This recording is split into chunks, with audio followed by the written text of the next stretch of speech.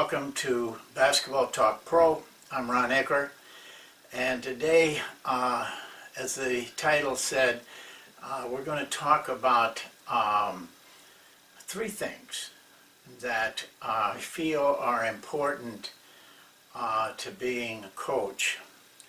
As you recall, if you were here for the very first session that we had, number one, we talked about a coach getting a mentor.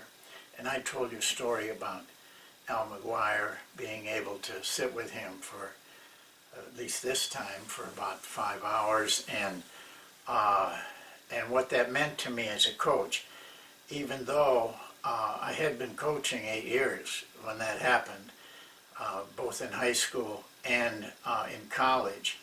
But yet, even though we did not draw a play or a drill, actually we drew nothing, he helped me immensely in my being a coach.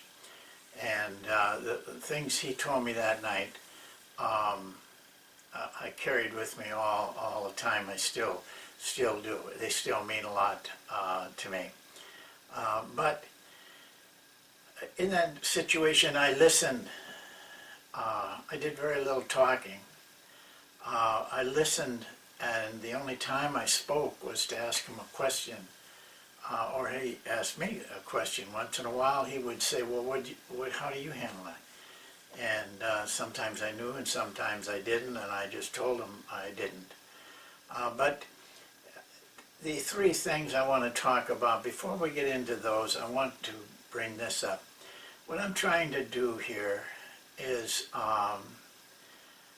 help you become a pro, not a professional basketball coach or be in professional basketball, but be a professional in your profession, whether it's youth coaching or high school or college or actually in professional basketball.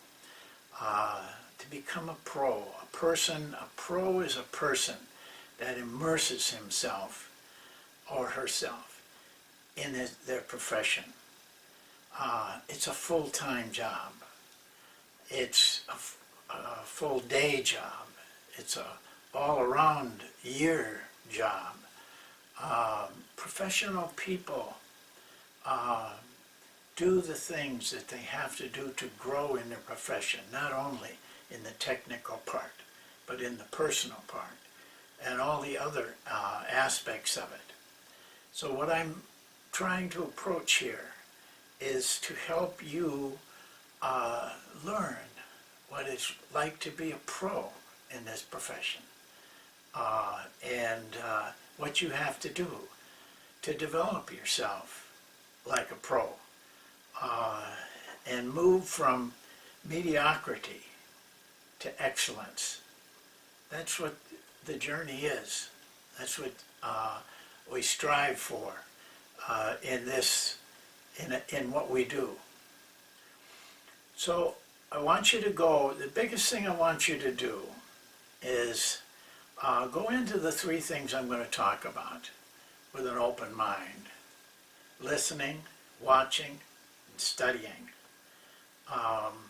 Not go in with a predetermined idea so that you are wiping out everything else. You have to go into it non-judgmental and really listen. Listen to what your mentors or who you're listening to have to say, and really listen. But don't sit there and say, "Wow, I know better than that. I got an idea for that, and I don't like it. I want to do what I do." This is all fine, but if you go in with a blank mind, then you're listening. Otherwise, you're not going to listen. You're not going to hear what the person has to say. I've seen so many people who just rule out things. But even though, for example, say you're a a man-to-man coach, and the speaker's talking about his own press, and you just rule them out because you do not want to play any type of zone.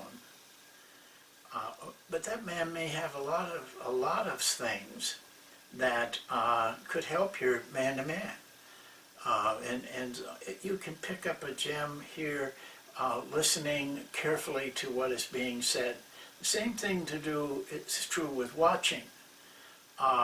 You watch a game on television, and if you're saying, well, I'm not interested in that kind of an offense, I like my offense, that's fine. Remember this, in the bottom line, you can veto anything, but give it a chance. Go into it open, and you'll be surprised at the little things you can pick up that help you even though you're not interested in that particular style of play, because you are committed to what you're doing. There's nothing wrong with that. But there's always opportunities if you really watch, non-judgmental, and engross yourself in what you're watching. There are things that you can see. And studying, the same thing. You know, I gave you a book by Dean Smith. It's in our products. But if you're a person who says, I don't want to run a freelance offense, I don't want to run a four corner, I'm not involved in multiple defenses, and there's many gems that you can use regardless of what your style is. He points out a lot of things. You know, it's just what you can pick up. I remember going to a professional practice.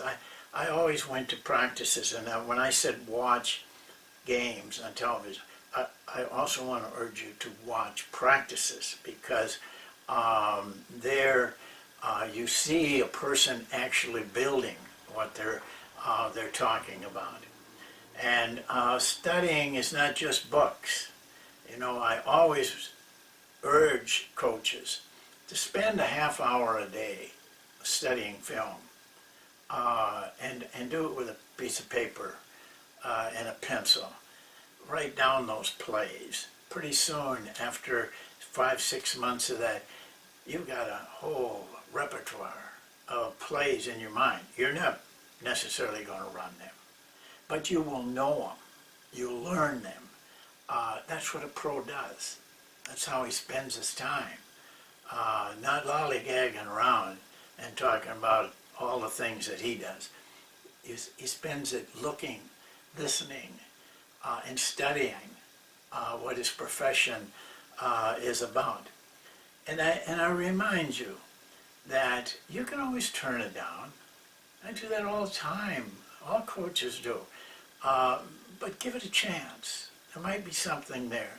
And I was just going to tell you about a professional practice I went to. And I got there early. I like to get there early, but it was a second of 2 a day. And the players weren't on the floor. They were dragging in a little bit slow, but the equipment people were there, the trainer, everybody, a lot of the support people were there. And I just watched them get the table ready for practice. I had never thought of that. And I thought of my own practices, and I thought, gosh, we don't do anything like that. But their setup that they use really made the practice look professional and uplifted it. Maybe it's a little thing, but I will tell you, I walked out of that practice. I've never had a practice since that didn't look just like that day. And I think it means a lot to the players, when they walk on that floor and they see everything set neat and with a purpose, which I thought that was what they were doing out there. Well, if you're not a pro, if you haven't done the things a pro does, start today. Start today. Become a pro. Make this a full-time job. I don't care where you're coaching. Coaching you, sometimes you've got a full-time job, you got another job, and you do this when when you're not working at that job. It's still a full-time job for you. You still can make it a full-time job. You can still be a pro. You can still immerse yourself in what you're doing. It doesn't make any difference where you are. But if you are a pro and you make yourself a pro and develop yourself into a person that studies and works at his craft, then it'll take you a long ways. But even more important than that, the most important thing is your players are going to benefit because of the work you do when no one else is around, when nothing but the four walls see you working. You're giving a lot to your players and to the game.